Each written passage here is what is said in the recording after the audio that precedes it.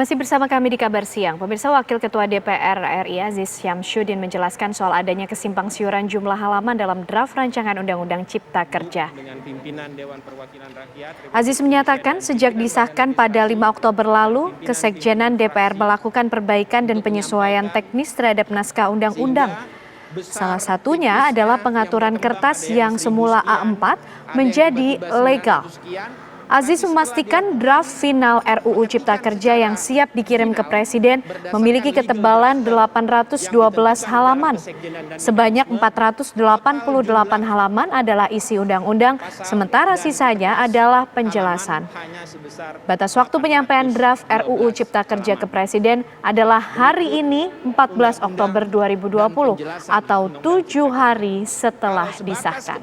Undang-Undang Cipta Kerja hanya sebatas 408. Bahwa proses dilakukan ini, rapat kerja dari 9 fraksi memasukkan yang namanya daftar inventarisasi masalah.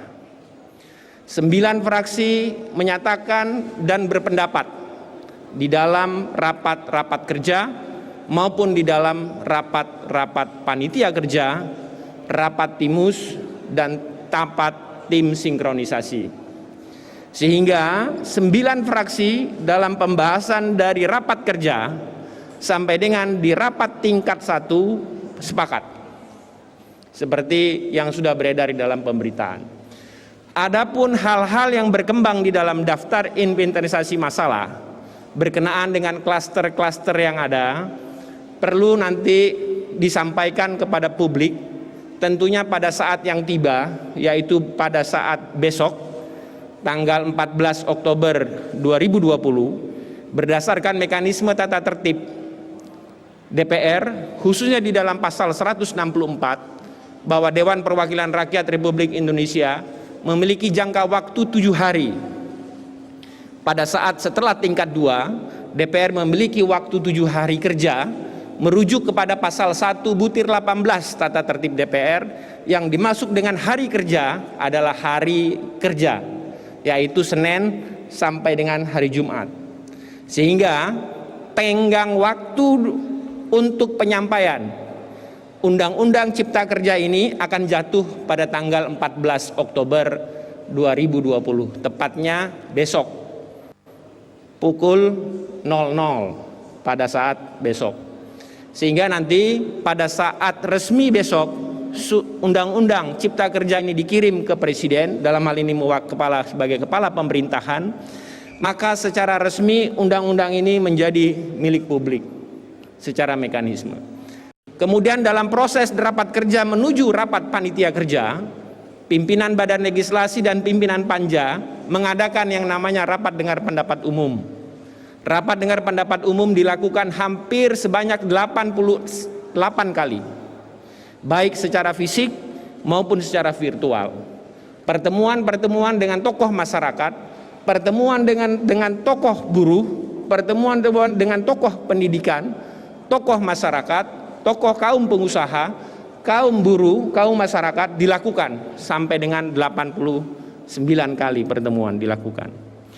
Proses itu dilakukan baik secara fisik, baik juga secara virtual. Adapun data rekaman pembicaraan akan kami lampirkan kepada pemerintah dalam catatan Mindehes Nota bahwa mengenai jumlah halaman itu adalah mekanisme pengetikan dan editing tentang kualitas dan besarnya kertas daripada yang diketik. Proses yang ada dilakukan di Balek itu menggunakan kertas biasa.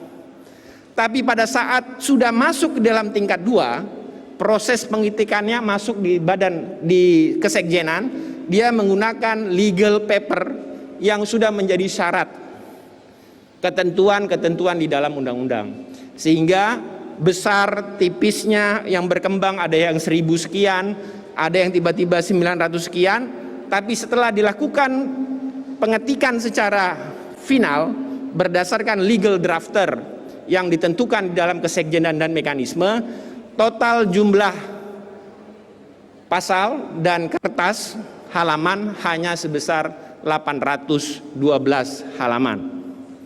Berikut undang-undang dan penjelasan Undang-Undang Cipta Kerja. Kalau sebatas kepada Undang-Undang Cipta Kerja hanya sebatas 488 halaman. Ditambah penjelasan menjadi 812 halaman.